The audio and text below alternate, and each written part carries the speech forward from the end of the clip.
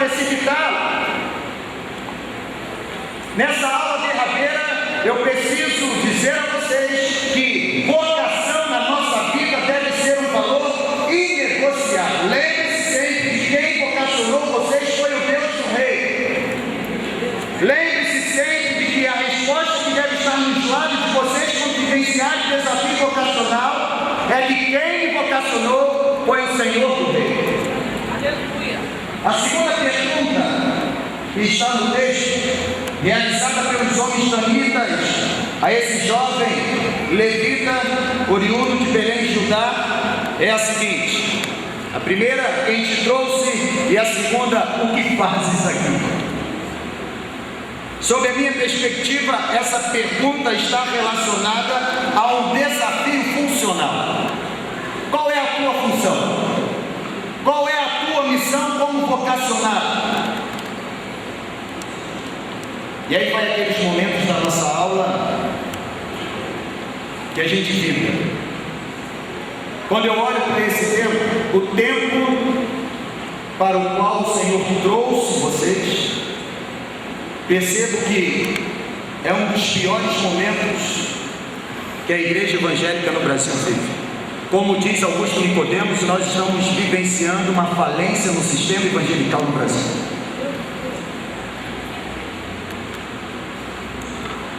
Há uma falência na igreja evangélica. Vocês serão desafiados a dizer qual a função de vocês, o porquê Deus vocacionou vocês, qual é a missão de vocês como vocacionados. Nós vivemos um tempo, minha gente, que existe uma igreja brasileira que vive uma crise teológica, uma crise ética, aliás, uma crise que vem acompanhada muitas vezes de uma prática pastoral ou de liderança ineficaz. Uma crise que é resultado de inúmeros escândalos envolvendo sacerdotes religiosos que se multiplicam a cada dia, o que faz com que a credibilidade da igreja do Senhor Jesus esmoreça. Esse é o tempo para o qual o Senhor traz os irmãos. Nós vivemos um tempo em que não há mais uma preocupação com interpretar o texto bíblico de acordo com os parâmetros da lei de Deus. Há uma confusão entre livre exame e livre interpretação. As pessoas confundem que Deus nos deu o privilégio de examinar as Sagradas Escrituras tantas vezes quanto desejamos, mas Deus nunca nos deu e nunca nos dará o direito de interpretar da forma como nós queremos, porque a única forma de interpretar esse livro, eu continuo acreditando que é por intermédio da iluminação do Espírito Santo de Deus sobre nós. É um desafio funcional. Qual é a missão de vocês como vocacionados? Nós vivemos um tempo em que existe um absolutismo na igreja de valores que são relativos, e em contrapartida existe um relativismo de valores que para nós deveriam ser absolutos. Nós vivemos um tempo em que a igreja evangélica brasileira é muito mais influenciada do que influencia.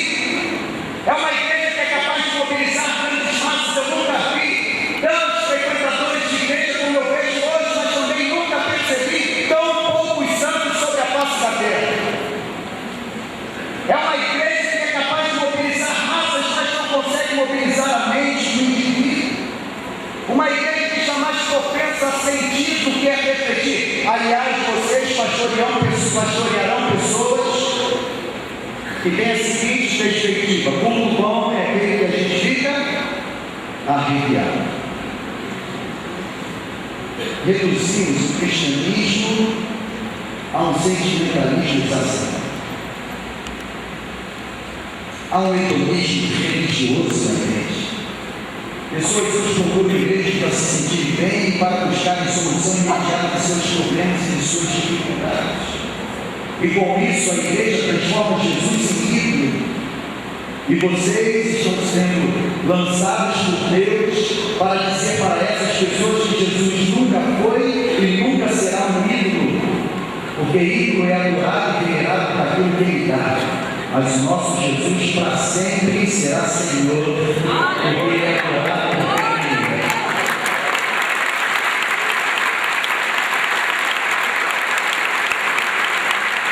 Como bem disse o grande escritor americano e jornalista Philip Yancey, em uma de suas entrevistas para a revista Seu Mundo, parece que a igreja do Senhor hoje está mais do que aproximá-los dele. Pastor metodista que fundou o exército da salvação William Booth já dizia que a humanidade hoje vive uma religião sem Espírito Santo, um cristianismo sem Cristo, um perdão sem arrependimento, uma salvação sem novo nascimento e um evangelho sem cruz.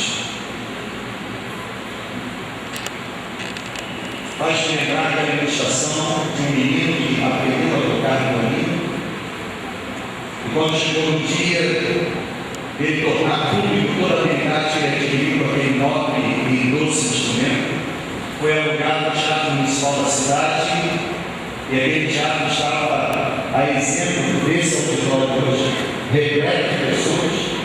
E aquele menino começa a sua apresentação, toca a primeira, segunda, terceira, e bem toca aquele instrumento até a última apresentação. E quando ele encerra, agradece aquela plateia, e aquela plateia que resposta a vida em pé, e descontroladamente começa a ovacionar aquele menino pela habilidade que ele tinha com aquele instrumento. Mas em meio a muitos aplausos, aquele menino vira-se e vai em direção ao seu camarim e chora compulsivamente, mas ele estava sentado no primeiro fileiro de poltrona, se levanta, corre para o jeito, o encontra chorando e diz: eu vi você porque você está chorando porque você está admirado, você está nervoso. Ele diz: não, pai, eu estou chorando porque eu estou muito triste. Não, você não está triste, rapaz. Tem mais de 1000 pessoas dentro daquele teatro e todas as pessoas ficaram em pé para lhe aplaudir, elas ficaram encantadas com a sua habilidade. Eu me orgulho de ser o seu pai. Mas em essas palavras, aquele menino chorando ainda mais, olha para o pai e diz: não, pai, nem todas as pessoas ficaram em pé. Meu lado esquerdo tinha um senhor de cabelo branco, e aquele senhor não ficou em pé para me aplaudir. O pai olha para mim e diz: você perdeu o juízo. Mais de 1000 pessoas dentro de auditório e aplaudiram. Você vai ficar preocupado com a atitude de um velho que talvez nem esteja estudando direito. E aquele menino chorando compulsivamente diz: pai, vou, pai. Porque é justamente aquele velho que não me aplaudiu, que é o meu professor de violino. E ele conhece e sabe as notas que eu desafiei. Lembre-se sempre quando vocês aqui estão para serem a expressão máxima do caráter de Jesus na terra. Por que vocês estão aqui? Vocês aqui estão para serem Jesus em carne e osso, para as pessoas que precisam conhecer o Mestre. Quero lembrar de um provérbio maranhão que diz que o que você é fala tão alto que eu não consigo ouvir aquilo que você está dizendo. Por que vocês estão aqui? Vocês estão aqui para dizer para esse mundo que Jesus morreu por eles. Isso significa dizer para vocês que na perspectiva de Jesus, coisas nunca estarão acima de pessoas.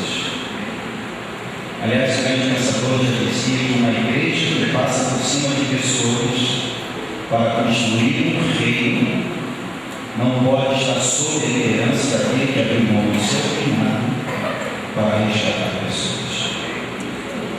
Por que vocês estão aqui?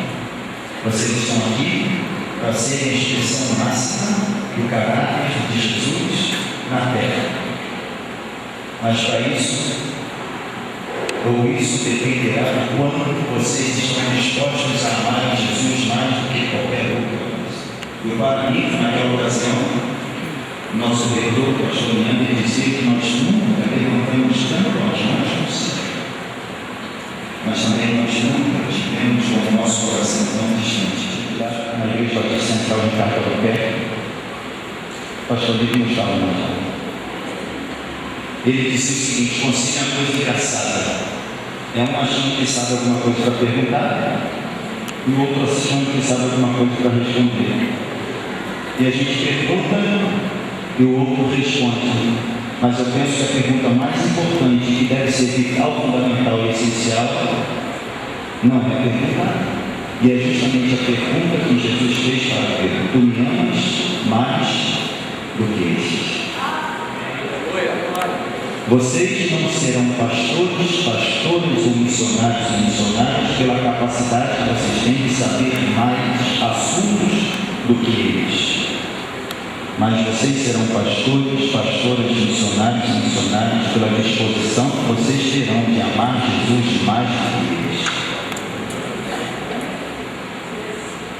E diante disso, eu quero encerrar minha palavra dizendo para vocês o seguinte: o sucesso no exercício de sua vocação não está relacionado ao quanto você sabe, mas está relacionado ao quanto você está disposto a amar o Senhor, porque muito mais do que o seu serviço, o Senhor deseja ter integralmente o teu coração.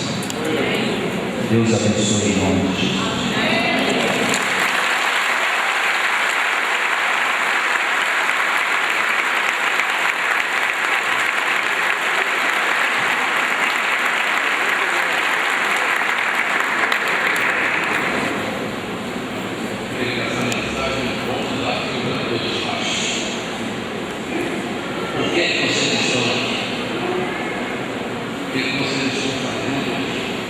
Quem trouxe você? Quero convidar um aluno que a conduzir esse momento tão especial. É um momento em que os alunos já impactados por tudo isso, pelas emoções, pelos traumas, eles prestam seus oramentos. Tiago, É a palavra de Deus, dada por sua direta revelação e escrita por inspiração do Espírito Santo, para a salvação dos pecadores e aperfeiçoamento dos crentes. Prometo solenemente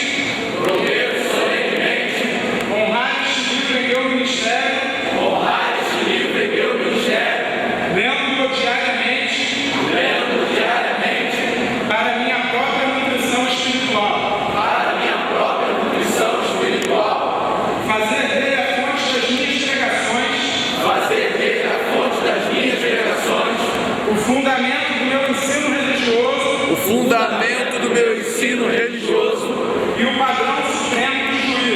e o padrão supremo de juízo, em assuntos de fé e conduta, denunciar o ministério da palavra, e desligar-me do pastorado, se por acaso vier a descrever a Bíblia, como a vera palavra de Deus. Convidamos a vir à frente representantes da turma de formandos de 2011, nosso irmão Arnaldo César Ferreira.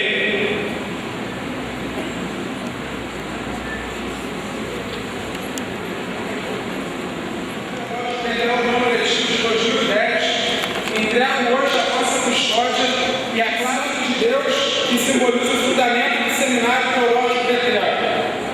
Guardai-o, lede e obedecei, pois nele está a nossa única e suficiente regra de fé e conduta.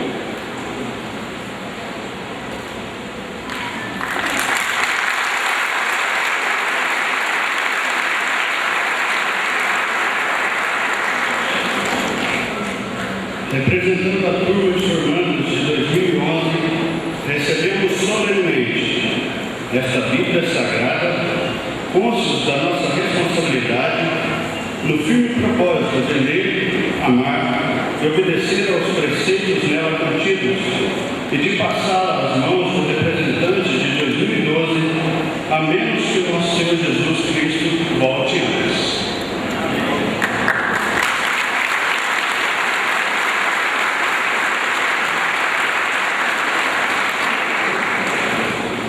uma tradição da nossa casa, desde a sua fundação, que a Bíblia necessariamente precisa ser fundamento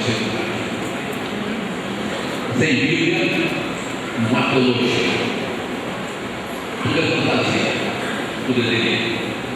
Vamos então agora, mediante o juramento de vocês, agora nós teremos tranquilidade de fazer a entrega do documento que aqui vocês fazem jus. E eu quero, nesse momento, convidar o nosso secretário, pastor Gerson de Brito, vencido grego. É bem verdade que ele está bem mais manso do que antigamente, sabe?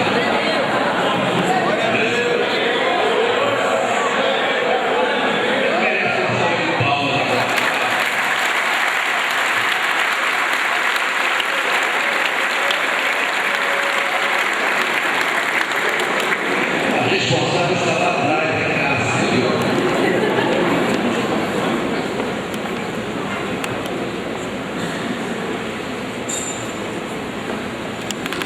Professora Deise, já vamos assinar ali a sua formatura. Nós só queremos pedir aos fotógrafos para que eles não avancem essa linha. Então, vamos passar ali embaixo. Vocês chegarem para cá, vocês vão atrapalhar esse momento. Teologia, formação, Ministério Pastoral e Missões. Adriano Gonçalves Martins.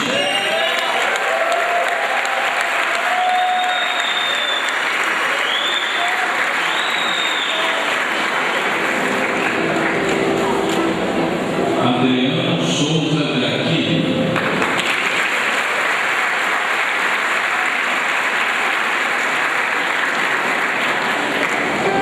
Alex de Brito Gonçalves.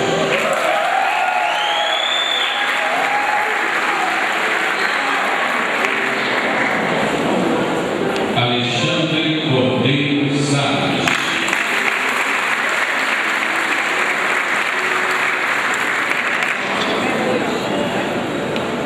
Ana Cláudia Soares de Souza.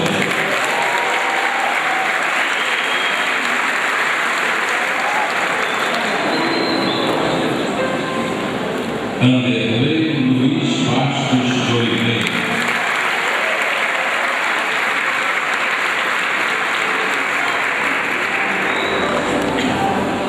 Anderson Maranhão Góes.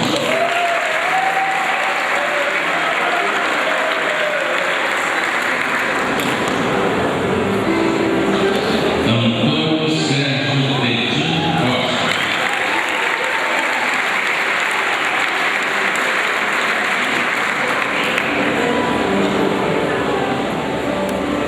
Bruno Luiz da Silva Abreu.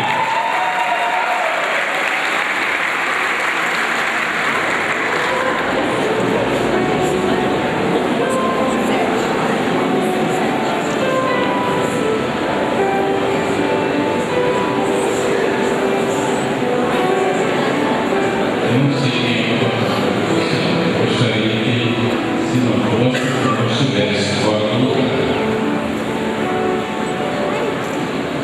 Bruno Wellington de Léo Campos.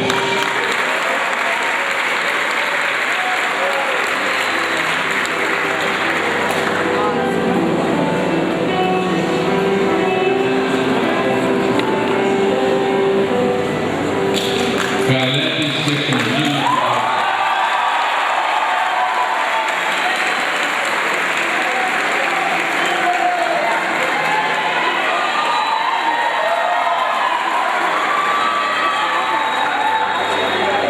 Carlos Alberto Ferreira Vieira.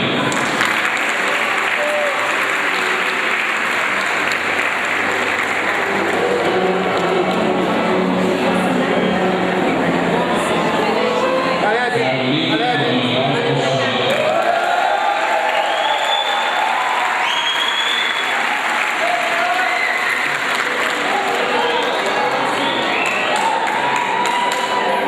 Claudinho Francisco.